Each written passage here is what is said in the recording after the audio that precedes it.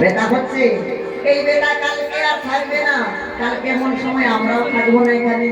কেউ এসে বলবে না হাত ওঠাও উলুধ্বনি করো, কেউ বলবে? কেউ বলবে না।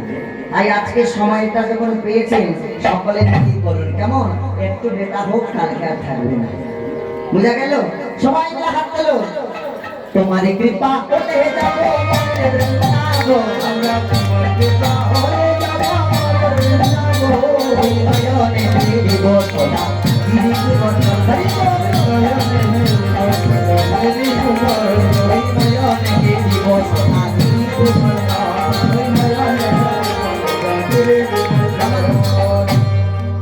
এই হাত দিয়ে কত কিছু করেন, কাপড় ধোয়া, বাসন মাজা, হ্যাঁ কত কিছু করেন।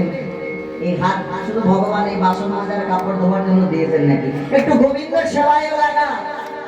বাবারা তো সারাদিন কাজকর্ম করতে হয়, ঘরে আনতে হবে তো, তা না হলে মায়ের আবার